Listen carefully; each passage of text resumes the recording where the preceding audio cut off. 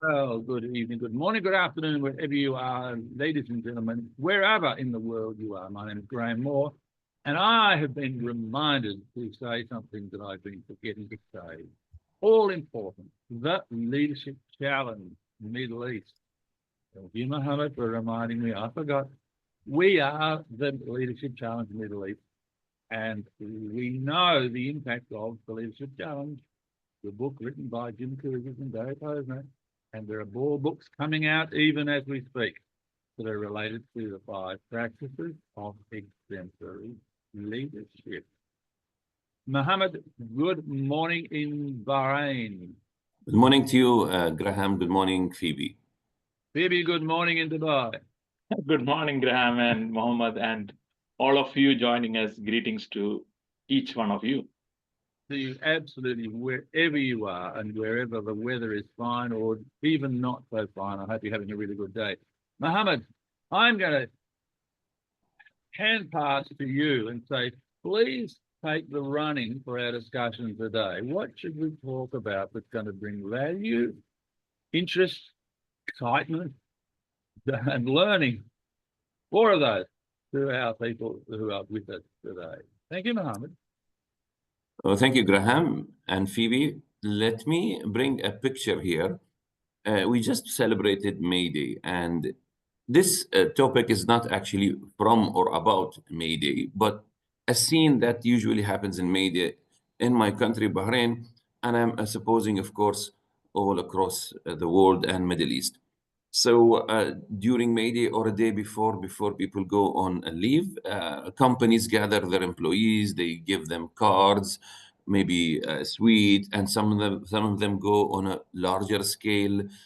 And on that May Day celebration, every year the company picks some of the employees, and these employees go on the platform, shake hands with the CEO, with the chairman, take photos, are given gifts, coverage, and their pictures everywhere. But they are selected employees. For some criteria, people go there. Of course, people who didn't get the invitation or get on that stage wish that they were. Now, I don't want to say that this creates favorism or something, but it happens on a daily basis. And picture this: the the leader enters a meeting which was scheduled, 6, 7, or even 20 members are there, and everybody is participating, giving ideas, etc., finishing the meeting with the actions, close. Everything was peaceful. The moment the manager or leader goes back to his or her office, he know what's going on between the employees on a subtle way or even on a more bigger scale? Does does he think that the peaceful picture that was in the meeting room is sustainable uh, for the rest of the day? Do they really cooperate fully? Do they help and collaborate each other fully? Do they give information freely? Do they exchange data freely? Or is there a subtle competition, let me say ruthless competition between my teammates and I don't know about it? Or I know some information, but I don't know how deep is it and how badly it is impacting my work. So here we are. This is the topic today. A leader who has a team, and the team or the workers in his department or company, they have that competition, and he has to know this is by instinct something almost everywhere. Does he deal with it? Does he know it? And how much does he know? And number three, does he deal with it or not? So I'm wondering, what do you think, guys? Let me start with you, Graham. In your description of what the staff are doing, what the team members are doing, there, a term comes to mind which I've just made up, but you can use it. I don't mind. It was sounding like was the seeds of toxicity were starting to take root in terms of the surreptitious, that is not open, discussion about what's going on and how they are keeping these things from their leader. He's not aware, he or she is not aware of them, and they're doing it within the small groups, perhaps. The manager is not aware of the growing or the emergence of what could be a toxic environment to work in. Let me give you a slightly different example, but it came to mind when you were talking about that. Some years ago, and I will have to go back 20 years because I've spent the time in between in the Middle East. But this was back in Australia some 20 years ago. I was delivering a sales training program on the Gold Coast in Queensland, which is where I am at the moment. And the team members, the sales team members, who I was presenting this program to, in the later part of the morning, before the lunch was being served, something prompted them, and I don't know what it was, but they became very negative towards their managing director. Very negative towards him and what he had done and what was going on. And about 15 minutes before we were due to break for lunch, who should arrive to then join us for lunch but their managing director? So what do you think happened when he arrived? Well, I won't give you time to respond. Let me get into it. They were lovingly all over him. I could not believe the disconnect between what they had said to me and what they as a group were talking about negatively about him. But as soon as he walked into the room, he was worshipped almost. What sort of sincerity do we have, and how is that organisation going to exist? I don't know. I don't know. But obviously, there are difficulties when the leader isn't aware of disputes or discussions or people going behind their back, those sorts of behaviours. If he's not aware of them, Yes. should he be? We'll delve into that as we discuss further. Yes. Vip, your view. All right. So Phoebe, I'm gonna come to you. He's either aware or not aware, and if he's aware, he's also afraid to go deep into these conversations, which distracts from work. It looks like a dilemma. But Phoebe. Yeah, thank you. I think the question which I think we as leaders have to ask in organization is, are we building teams or battlegrounds? That is one piece I just want to bring in. And another aspect is, as leaders, do we often face the temptation or pressure to stoke rivalry among employees? But at what cost? So these questions are coming to my mind. And what happens when that competition turns toxic? And how as leaders we can steer our teams toward a shared success? And along with that, the internal welfare of employees and other stakeholders which we deal with. So, sometimes these teams which we have, are they in war at each other? Because I am creating a condition for that. And what culture are we creating in that process? And that is where the leadership challenge comes in. And the first practice I want to stress, are we modeling the way? Yes, Yeah. I can. Yes, go ahead. Sorry. Sorry, No, what I was. that is a question which I'm just sharing it with the audience at this point of time. Let me make something pretty clear. If you're not aware of it, gentlemen, I'm going to use another metaphor. I think there are managers who stoke the fire, not leaders, managers stoke the fire. what sort of fires do I mean? I'm now picking up on what Phoebe said about creating situations where people might be competing with one another. And sometimes managers stoke the fires. They want to create an environment where people are competing against each other. And sometimes this manager can be kind of surreptitious, which means behind the other way around, going around without people knowing, that he can create this dissonance because he believes that if he does this, each person will perform better. Well, better is perhaps not the word, but they might perform with more aggression to get the result. They may be more aggressive in working with their teammates for them to be seen to be doing the right thing because of what the manager is doing. So they stoke the fires. Me on metaphors today, oh my God. They stoke the fires of discontent, hoping by creating a level of difference in the team that the team is going to work individually better. And sometimes the manager will create favourites. And when he creates favourites, others will try to become a favourite as well so that they can be given better opportunities.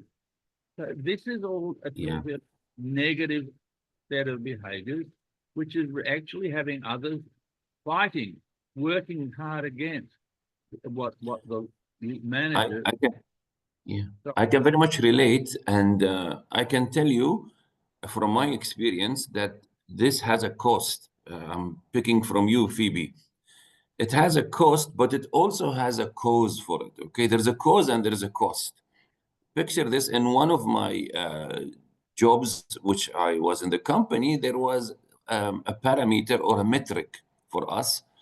It was not very important metric among many duties that we have.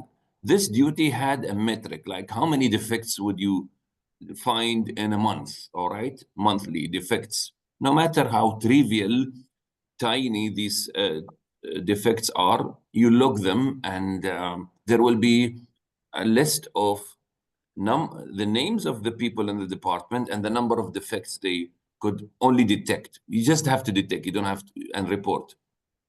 And suddenly there was a subtle competition between us. And you don't see your name as the top, you see your name as the fifth. And you see one guy is always at the top. And guess who's applauding for that person? It's the manager, right? And suddenly you see that subtle favorism. What happens to me? I go to the field. Next month, I have to find more defects. Even if I don't find, I have to, okay, I don't make defects. But guess where is my attention on? It's not on creativity, it's on competition. Instead of channeling my energy towards finding more problems and issues with the operation and maintenance, and trying to improve the system's efficiency by reducing the cost, reducing that and that, guess what I'm doing? I'm just being another camera, human camera, detecting defects. So that this is a waste of my energy, this is a waste of my creativity, this is a waste for the company's money paid to someone who's an engineer and professional. Imagine. And who did that? There is a cause for it. The cause is we created the wrong criteria for excellence. And is the manager happy with this? Yes, he is happy. I agree with you, Graham, because he does not have a clue how to categorize people based on excellence. Instead of excellence and giving equal opportunities, I know I'm going wide, but there is a cause, and he wants just any criteria to say, see, he did what you didn't do. Actually, he brought us in the office one day and said, see, your friend finds more faults than you. Why didn't you? I said, this is not part of the core duties. He said, whatever, your friend went the extra mile, but you didn't. What is this type of environment? Where do I put my engineering learning in. I'm sorry I took a lot of time, but Graham or Phoebe, please, if you can chip in. Look, this approach, this managing approach, is not new. It is happening every day. It has been happening for a long time, where the managers create little groups within their team or individuals who might mitigate against other situations to hopefully be competitive, and that then will get the best result, he or she believes, because he doesn't know how to bring the team together.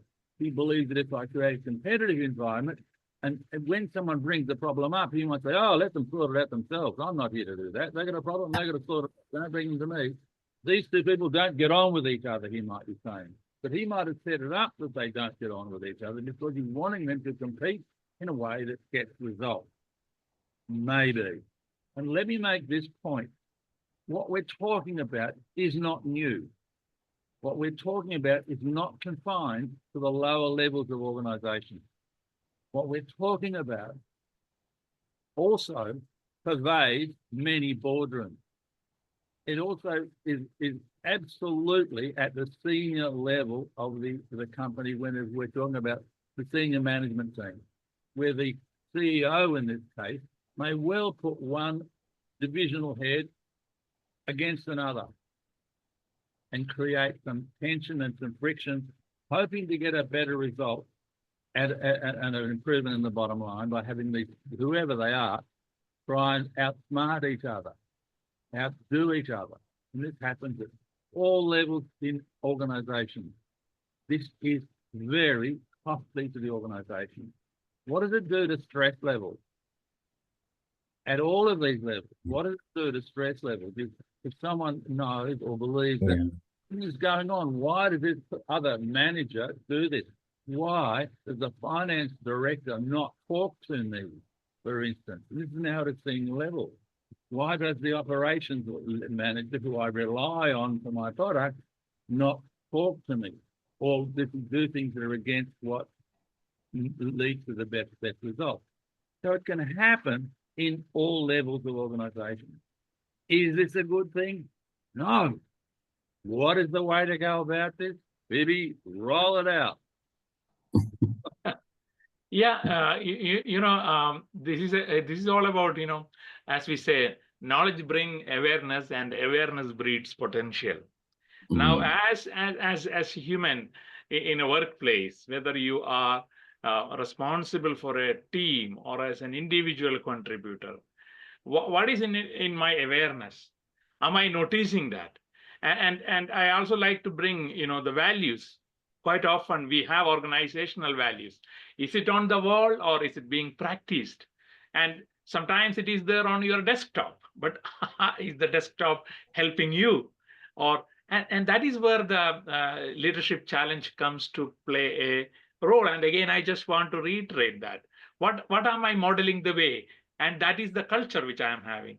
And the second is, am I inspiring a shared vision by these, ruthless competitions which I am creating? Now, is it, as I just want to connect with what Mohammed said, like, is that comparison, ruthlessness with respect to the comparison, is it inspiring or is it demotivating the team? And the next aspect, we see that in this process, we are slowly sometimes as positional holders in organizations. Sometimes, like I can be a chairman, I can be a CEO, I can be a managing director. What kind of toxicity, knowingly or unknowingly, sometimes it is not visible to my eyes immediately. And that is where leadership by walking around is important. How I am interacting with the people, what am I observing? Yes, very good. Yeah. And it surprises me that I'm very proud to have learned from the leadership challenge from Jim himself, who repeated this several times in every possible way, that one of the biggest, widest studies of the leadership challenge is the qualities of an admired leader, which is done on a large scale globally. And persistently, consistently, the top four are honest, competent, inspiring, and forward-looking. Look at the inspiring part. is the leader or manager we just described who turns a blind eye to this ruthless competition, is he inspiring? He's anything but inspiring, right? So how do you inspire your people towards excellence and towards productivity that is of higher scale? Not by creating these silly competitions or encouraging them or ignoring them, to say the least. Let me Inspiring just pick leaders don't do that. let me pick up on one of the other four that you mentioned. Well, let's just for a moment look at the word honor. Is he honest? Now, honest is not just a matter of him taking money out of the till at the end of the day. Does he do that? That's not the complete definition of honesty. He's not ripped the company off. It goes to a whole other area. Honest in the way he deals with people. Honest in the relationships that he builds, and we know that this person is authentic because of his honest and outward approach. So honest is not just about whether he puts anything in his back pocket as he's walking out the door.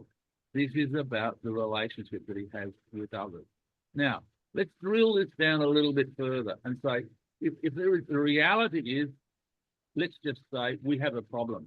If the manager thinks he's got a problem, so the leader thinks he's got a problem, well, I'm sure because of the relationship that he would have and should have with the people he's leading, that for a start, he would not seek to divide and conquer. He would not seek to have them wobbling against each other, having different points of view that were conflicting and were toxic and were malicious in some instances, but rather he would be bringing the team together. That's what leaders do. If he thinks there is a problem, what is he going to do? He's going to say, guys, let's talk about this. Do we have a problem? Tell me. Yes, and I know Phoebe's waiting for that, because I think I can see clearly the 5 practices. I mean, it's very clear in this part. I like modeling the way. And modeling the way, I think we talked about it enough that this is not modeling the way he does it. All right, he has to be honest and does not encourage modeling the way. But I also see shared vision, inspire a shared vision, very powerful in this regard. It's a constant reminder that what are we about here in this organization and in this specific unit of the business? What are we doing here? There is an agreement, mutual agreement between us, what sells and what doesn't, what excels and what doesn't, what takes us up and makes us productive people and what doesn't. Let's distinguish by having a shared vision, communicating it more often to remind us that, hey guys, I know you're doing a good job there. I know you're doing your extra mile there, but all right, let's focus also on the main thing, okay? The most important things. I think Phoebe will help us in this. Yeah, this is something I'm just remembering a situation in which a project where team members would withhold information, and this is done just to get ahead. And it becomes less about work and more about, how can I overtake or outmaneuver each other instead of what is the goal, what are the ultimate objective of our business or organization. And this is sometimes what we have also observed. Sometimes leaders unintentionally, and sometimes I will say willfully blind to reward those who win at all costs. And like, let us say, giving promotion to the loudest or most visible, and not necessarily the most collaborative. And that is setting a precedent. And I want to bring the third practice. So leaders listening to us, challenge your process in that. How am I rewarding my team? Am I rewarding for the values being practiced? Am I rewarding for the collaboration, which I say is one of our core value? Or trust and integrity as core value? Or am I creating a condition which I don't want as a leader? So can I just flip this on its head for a moment? Because what we're talking to, who we're talking to, and it's totally appropriate, is the leader of a team, right? So that's who we're kind of talking to at the moment. Leader, these are the sort of things that you should be doing. And so move away from creating a toxic environment and don't play games with people in order to get your own way, and don't put them offside and hope to self-fight and sort of on that. No, we're kind of doing that, which is really, really important. But flip this on its head for a moment, because there might be people who are listening to us now who say, Graham, this is all very well, but my manager is doing this. My manager is creating this toxic environment, Graham. Two things. Maybe Graham, I'll give you his number and you can call him and tell him. Or what else do we do as team members who recognise that there is a dissonance being created? That he's trying to set us up one against the other. So Graham, Ibi and Mohammed, what should the individual do when he or she believes that their manager is manipulating the members of the team to create this toxic, dissonant environment where people are competing against each other or whatever, all brought on by the manager's particular behaviour? What do they do? Well, in my book, they have very less to do. I mean, these people, because they will be dragged into this competition, whether they like it or not. This is how they are rewarded. I mean, let me remind everyone of Jack Welch when he asked the managers, he said, when are you responsible for when is the manager responsible for people's behavior? And the answer, he said, is every single day. Every single day, you are responsible what they are doing out there. Right or wrong, positive or negative, you are responsible for what they are doing, because it's the way you are managing, leading, or otherwise, right? So I know the individual is the weakest, point there. I don't know what he should do other than calling you Graham. Here's the problem. So often managers will say, leadership, yeah, I did a leadership program 5 years ago, I'm done. I know it. No. So sometimes they are blind, and we can be talking about what they should be doing. Our problem now is that they may not be listening to what we're talking about because they don't believe that they have this problem, or they are perfectly happy to continue what they're doing in the blind belief that what they are doing is of no other way. So there'll be people, I'm sure, who are listening to it saying, Graham, I can't sleep at night because of the difficult environment that I work in. I'm so stressed. I believe in what you're saying. It all makes sense. Why won't my manager do what you are talking about? That's the challenge. It's called the leadership challenge in many respects. But they don't believe that they are part of the problem at that manager level. What do we do?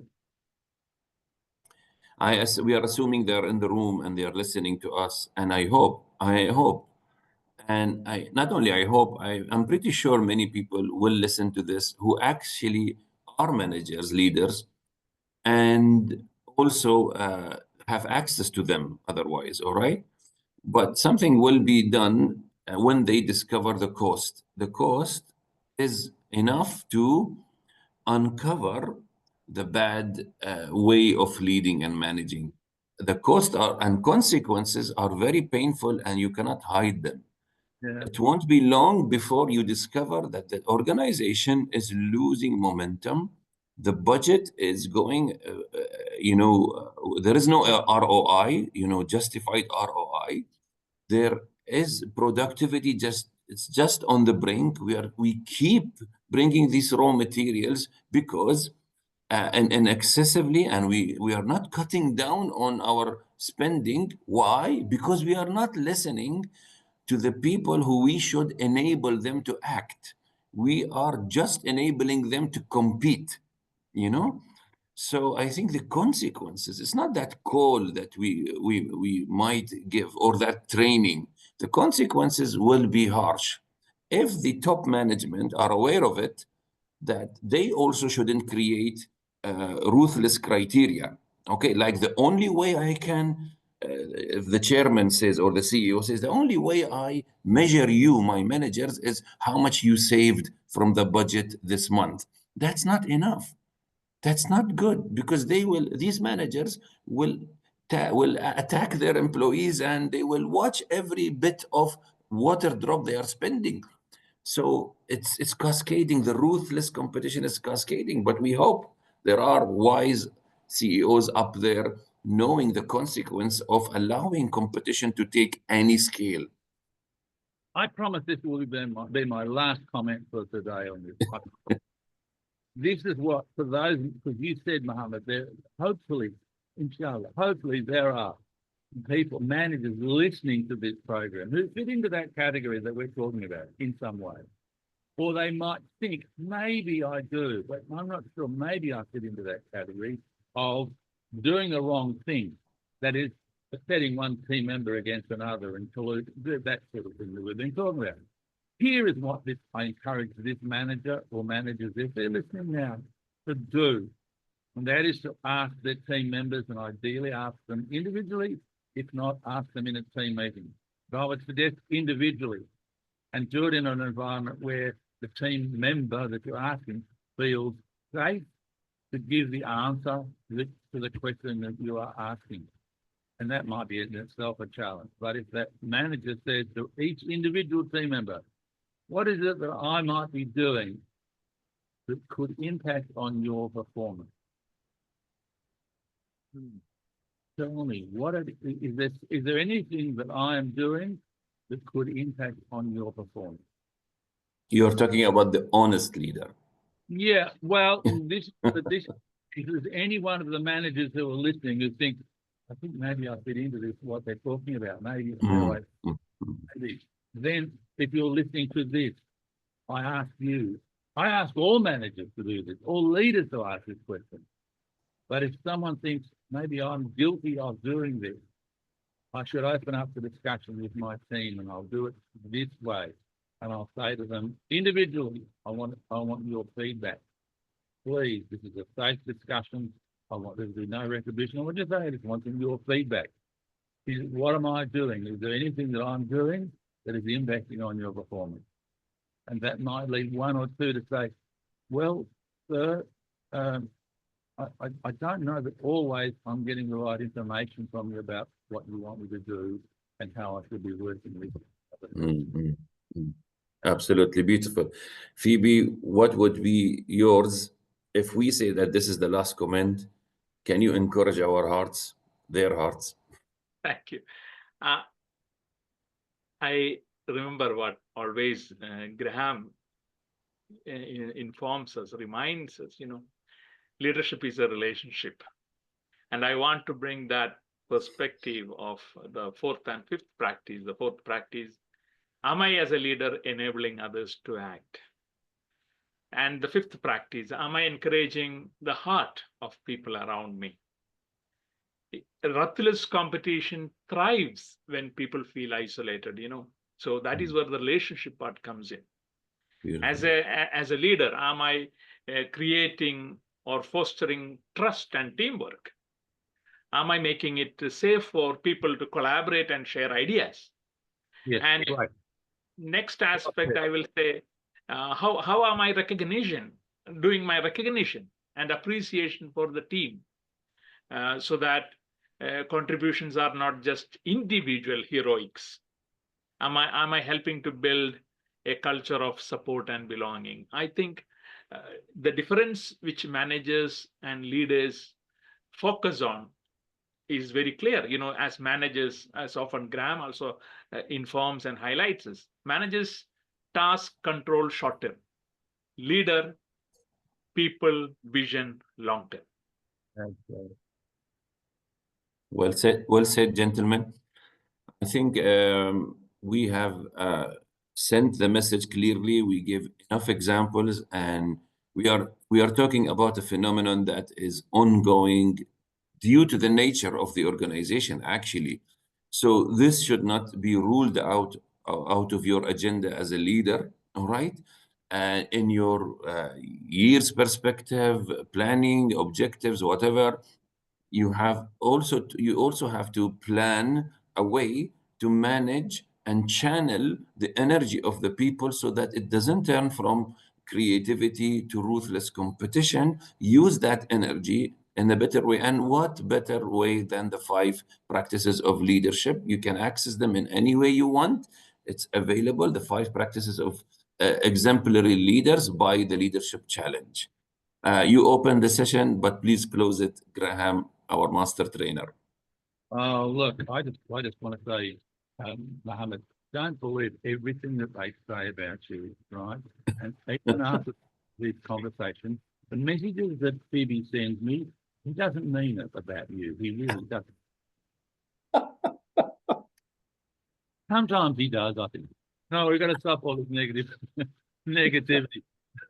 And you know, if we could change the world, this would be one way of doing it. We know the high cost of poor managing, which we don't need to be talking about it again. And so much of it occurs in the framework of what we've been talking about in this segment. And we've got to defeat it. We've got to stop managers behaving this way at all levels.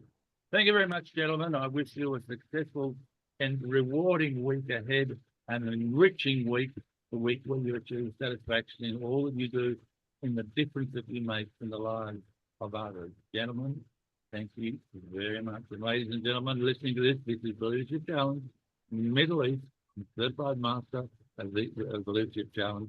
I've been doing this a long time, and I'm so pleased that I've got these 2 wise gentlemen joining me every week. Maybe if you've got something to say, I'll throw your hand up. Yeah, so friends, in case you need support in your organization for helping to bring that awareness, we are here to support you, and feel free to reach out, and please subscribe, share it with your friends, and in your comments and thoughts, please bring it on to the channel so that we can have the conversations continuing. Absolutely. Thank you very much, gentlemen.